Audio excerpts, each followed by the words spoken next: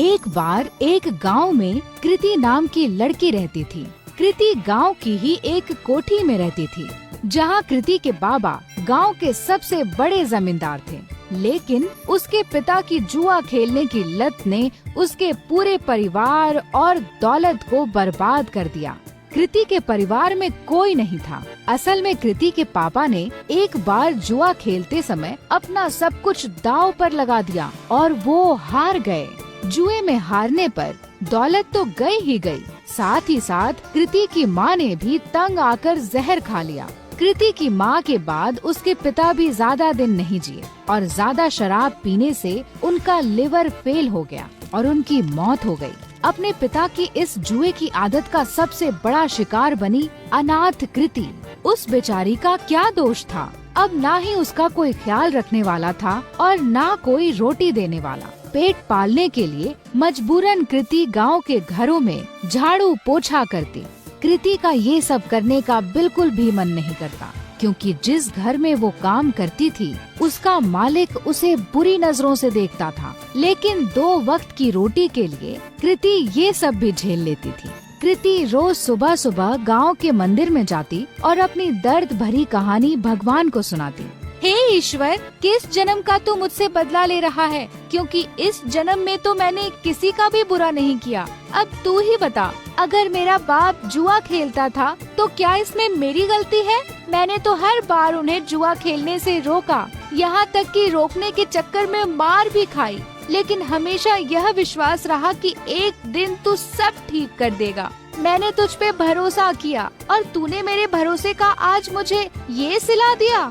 न खाना है न कोई अपना, काम पे भी मालिक बुरी नजर से देखता है। क्या यही तेरी महिमा है? कृति की आंखों में आंसू भर आए और वो वहीं बैठकर फूट फूट कर रोने लगी। लेकिन कृति ने आंसू पोंछे और वहाँ से उठकर जाने लगी कि तभी उस मंदिर के बाहर एक बूढ़ा आदमी दिखा जो उसे घूर रहा था। कृति को लगा कि ऐसे ही कोई भिखारी होगा जो उसे रोता हुआ देखकर घूर रहा हो। कृति उस पर बिना ध्यान दिए वहाँ से तुरंत अपने घर चलती बनी। लेकिन अब तो उस बूढ़े आदमी की कृति को देखने की आदत पड़ गई थी।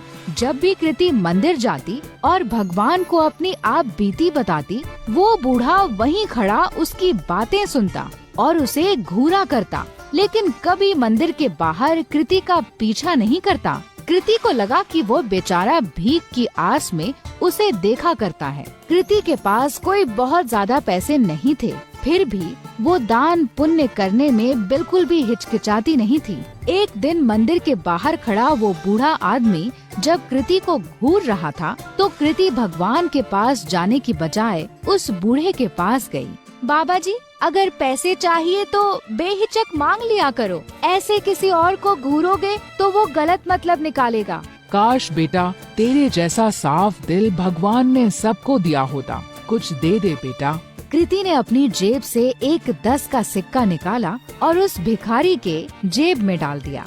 बाबा जी, अभी इतने ही हैं, आगे जब ज्यादा कमाने लगूंगी तब ज्यादा दूंगी। अरे बेटा, सच्चे दिल से दिए गए 1 रुपए भी मैं खुशी खुशी रख लूं, फिर तेरे 10 रुपए तो लाखों के बराबर हैं। भगवान तेरा भला करे। ये कहकर वो भिखारी चला गया। किसी गरीब की मदद करके कृति को बहुत खुशी हो रही थी। कृति मंदिर में दर्शन करके फिर से अपने घर चली गई।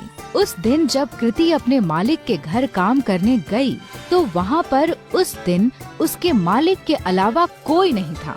क्या हुआ मालिक, आज घर पर मेम साहब नहीं है क्या? मेम साहब वो तो आज अपने मायके गई हुई हैं। वैसे उनके बारे में क्या पूछ रही हो?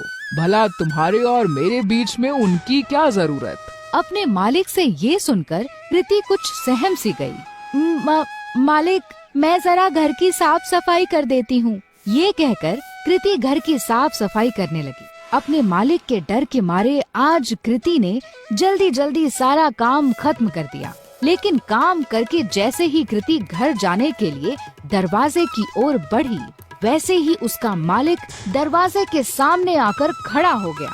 मालिक, दरवाजे से हट जाइए, मुझे घर जाना है। लेकिन मालिक अपनी जगह से टस से मस न हुआ। और वहीं खड़ा रहा। मालिक, दरवाजे से हटिए, ये कहकर जैसे ही कृति ने मालिक को दरवाजे से हटाने की कोशिश की, वैसे ही मालिक ने कृति का हाथ पकड़ लिया। अरे ऐसे कैसे जाने दूं? आज तो मौका मिला है मुझे, बीवी भी घर पर नहीं है, आज तो तुझे नहीं जाने दूंगा। ये कहकर मालिक तुरंत कृति पर लपका।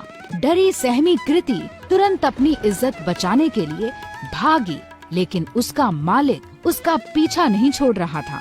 तभी एक कोने में कृति को डंडा पड़ा हुआ दिखा और वो उसके पीछे दौड़ी।